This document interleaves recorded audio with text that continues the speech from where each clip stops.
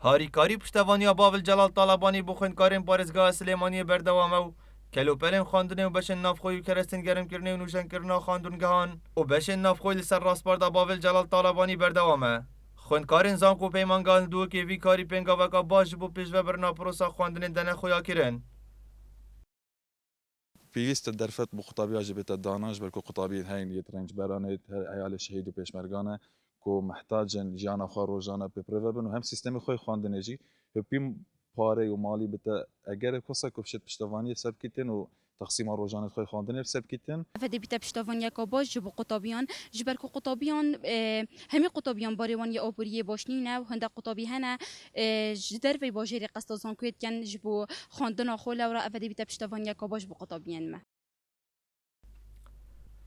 خوێندکارên zank û peymangan snûrê parêzgeha Duhokê daxa ji Bavel Celal Talabanî dikin, hevşêweyê parêzgeha Silêmaniyê harîkarî û piştevaniya wan jî bihête kirin. Da ku morala wan beriz bît بۆ بەردەوامیدان پرۆسا خواندنê.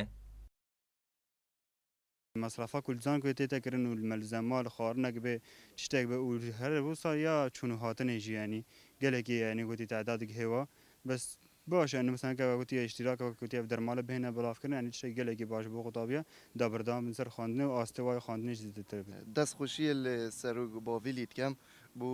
کاریوی کری کوهاری کاری پشتوانی گل خوین کارا راستی جه شانازیه او هر کسی که وی کاری و پشتوان یا خوینکارا بکتن راستی جه شانازیه نه افکاره بس ام داخوازش کاک باویلیت کن او وان جوره هاری کاریا بو با دهوکی جی فرکت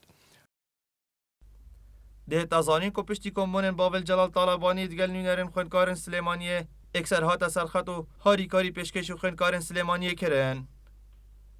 Metin Mihemed, Badînan Media, Duhok.